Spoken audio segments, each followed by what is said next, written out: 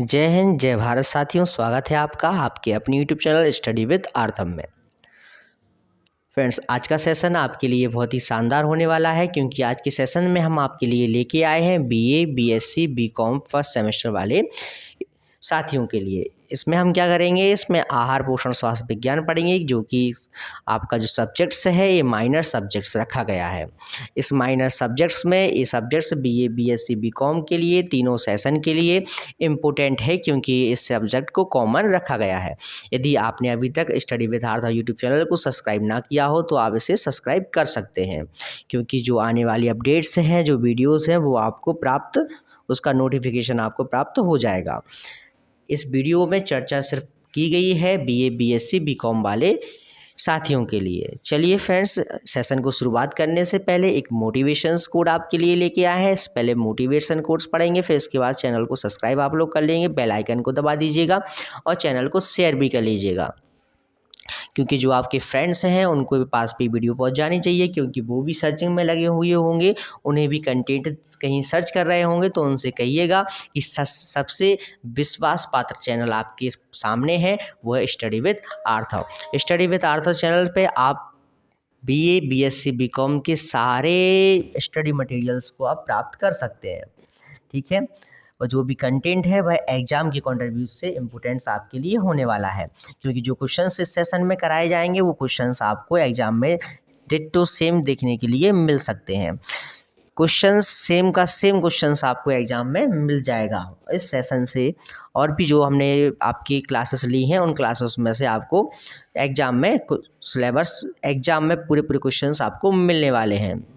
चलिए फ्रेंड्स, बढ़ते हैं फिर आगे सेशन की ओर।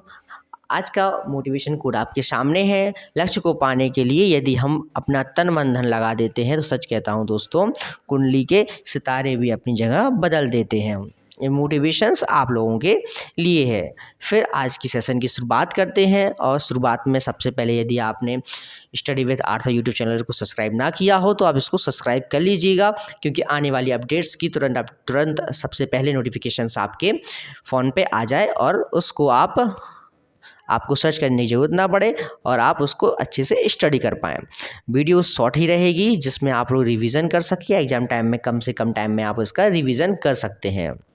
यदि आपको नोटबुक्स में नोट करनी है, क्वेश्चंस को नोट करना है तो आप नोट भी कर सकते हैं। यदि आप नोट करना नहीं चाहें तो कोई बात नहीं, आप वीडियो से भी आप उसका रिवीजन कर सकते हैं।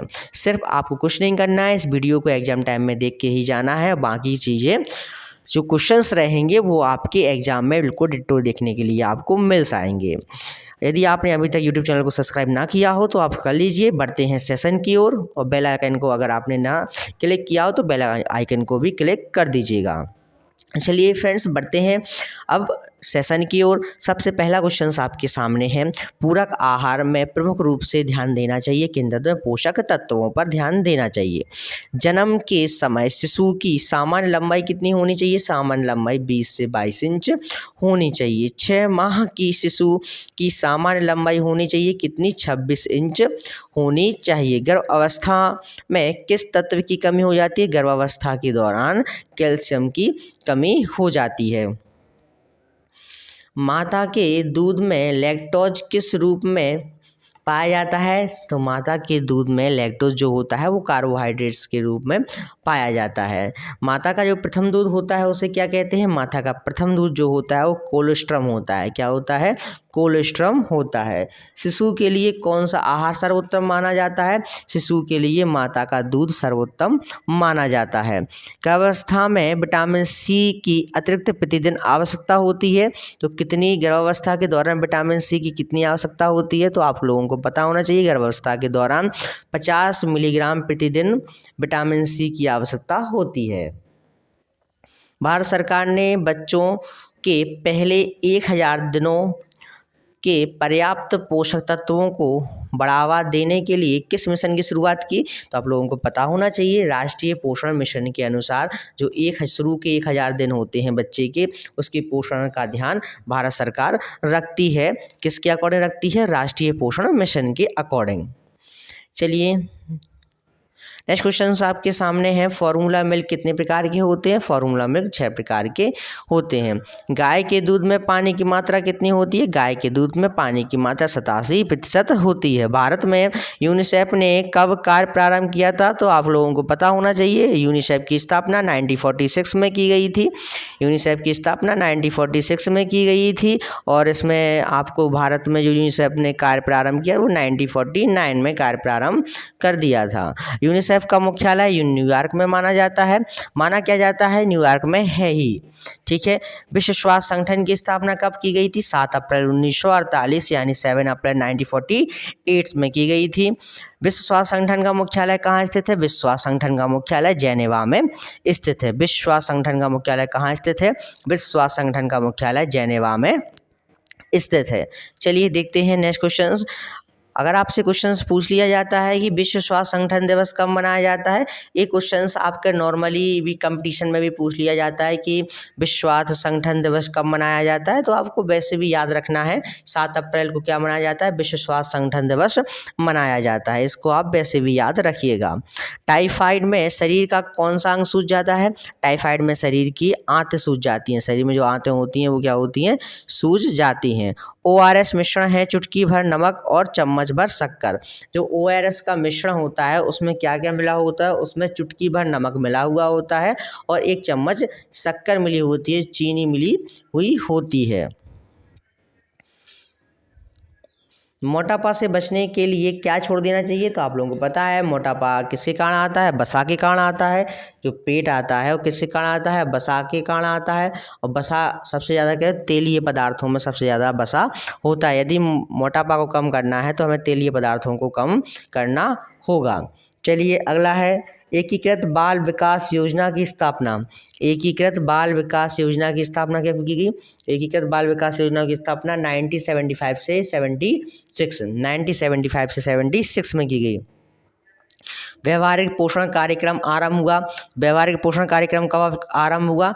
1962 में। कब आरंभ हुआ? 1962 में। गेहूं आधारित पूरक पोषण कार्यक्रम प्रारंभ हुआ। तो गेहूं आधारित पूरक पोषण कार्यक्रम का प्रारंभ 1980। गेहूं आधारित पूरक पोषण कार्यक्रम कब चालू हुआ? 1980। मध्याह्न भोजन योजना कब आरंभ हुई? तो मध्याह्न भोजन योजना आप लोगों को पता होना चाहिए 1995 यानी 1995। कब की गई? 1995 में इसकी शुरुआत की गई। हैजा रोग किसके कारण होता है? तो हैजा रोग जो होता है वो कोलेरा वाइब्रियो नामक जीवाणु से होता है। कोलेरा वाइब्रियो नामक जीवाणुओं से होता है। कौन सा? हैजा नामक रोग। चलिए देखते हैं।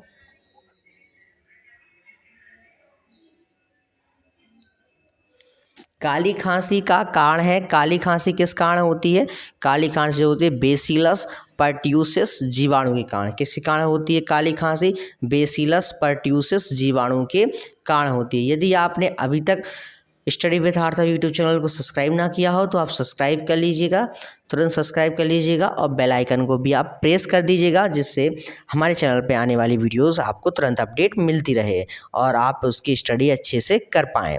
चलिए फ्रेंड्स, पोलियो रोग फैलता है, कैसे फैलता है? पोलियो रोग जीवाणु द्वारा फैलता है। कैसे फैलता है? जीवाणु द्वारा फैलता है। टिटनेस रोग फैलता है। टिटनेस रोग कैसे फैलता है? टिटनेस फैलता है टिटनेस बेसिलस द्वारा। एक जीवाणु होता है उसका नाम होता है टिटनेस बेसिलस। तपेदिक रोग फैलता है। कैसे फैलता है तपेदिक रोग? माइक्रोबैक्टीरिया जीवाणु द्वारा फैलता है। कैसे फैलता है? माइक्रोबैक्टीरिया जीवाणु द्वारा फैलता है। खसरा रोग कैसे फैलता है? खसरा रोग फैलता है रूबेला विषाणु द्वारा। कैसा फैलता है? रूबेला विषाणु द्वारा। जो खसरा रोग होता है वो कैसे फैलता है? रूबेला विषाणु द्वारा खसरा रोग फैलता है। हेपेटाइटिस रोग में प्रभावित अंग कौन सा होता है? तो प्रभावित अंग जो होता है यकृत होता है। कौन सा होता है? यकृत होता है, जिसे क्या कहते हैं? लीवर कहते हैं। क्या कहते हैं? लीवर कहते हैं। यह जो यकृत होता है यह शरीर की सबसे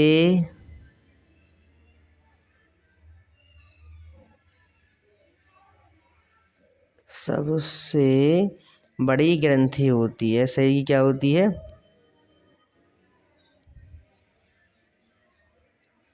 यह शरीर की सबसे बड़ी ग्रंथि होती है। यह शरीर की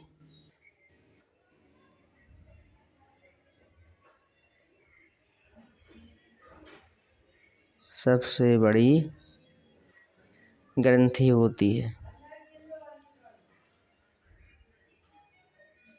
ग्रंथि होती है, ठीक है फ्रेंड्स। सबसे बड़ी यकृत जो होती है वो सबसे बड़ी शरीर की सबसे बड़ी ग्रंथि होती है। और हेपेटाइटिस रोग में इसी पर लीवर पे या यकृत पे क्या पड़ता है, वो ये प्रभाव डालती है, इसी पे इफेक्ट डालती है। अगला क्वेश्चन आपके सामने है, कुकर खांसी किस प्रकार का रोग है? तो आपको पता होना चाहिए जो कुकर खांसी है वह जीवाणु जनित रोग है। कुकर खांसी किस प्रकार का रोग है? कुकर खांसी जीवाणु जनित रोग है, ठीक है। मधुमेह रोगी के लिए लाभदायक है। तो मधुमेह रोगी के लिए सबसे ज़्यादा यूजफुल्स क्या होते हैं? आप लोगों को पता होना चाहिए मधुमेह रोगी के लिए करेला सबसे ज़्यादा फायदेमंद होता है। और मेथी, मेथी का क्या करते हैं, मेथी को पानी में डाल दीजिए और उसका पानी, मेथी का पानी पीने से या और उसको रात में फूलने से थोड़ा सा बॉयल कर लीजिए। बॉयल करने के बाद उसको पीने से मधुमेह में क्या होता है, थोड़ी सी राहत मिलती है। और करेले का जूस तो परमानेंट पीना ही चाहिए। वो जिसको मधुमेह रोग हो उसको भी, जिसको ना हो उसको भी पीते रहना चाहिए। वो तो शरीर में के लिए बेनिफिशियल रहता है। मधुमेह रोग अधिकाधिक होता है। तो मधुमेह रोग अधिकांश लोग हम देखेंगे मधुमेह रोग की शिकायत जो होती है वह पूर्णावस्था के लोगों में देखने को मिलेगी। एलेन नामक रोग निम्न में से पाया जाता है। तो एलेन नामक रोग किस में पाया जाता है? एलेन नामक जो यौगिक वो किस में पाया जाता है? एलेन नामक यौगिक जो है वो लहसुन में पाया जाता है। किस में पाया जाता है? एलेन नामक जो यौगिक है वह लहसुन में पाया जाता है। अल्फा टॉक्सिन पाया जाता है। तो अल्फा टॉक्सिन किस में पाया जाता है? अल्फा टॉक्सिन जो है, अल्फा टॉक्सिन आपका पाया जाता है मूंगफली में। किसमें पाया जाता है अल्फा टॉक्सिन? अल्फा टॉक्सिन आपका मूंगफली में पाया जाता है। चाय में क्या पाया जाता है? चाय में कैफीन पाई जाती है।